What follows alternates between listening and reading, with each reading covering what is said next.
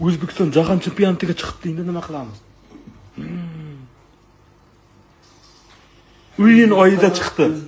O'yin oyida O'zbekiston jahon chempionatiga chiqdi. O'yin oyida. O'yin oyida O'zbekiston jahon chempionatiga chiqdi. O'yin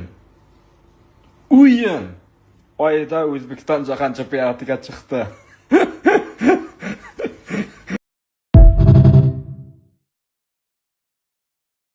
O'zbekiston jahon chempionatiga chiqibdi, endi nima qilamiz? O'yin oyida chiqdi. O'yin oyida O'zbekiston jahon chempionatiga chiqdi. O'yin oyida O'zbekiston jahon chempionatiga chiqdi. O'yin oyida O'zbekiston jahon chempionatiga chiqdi.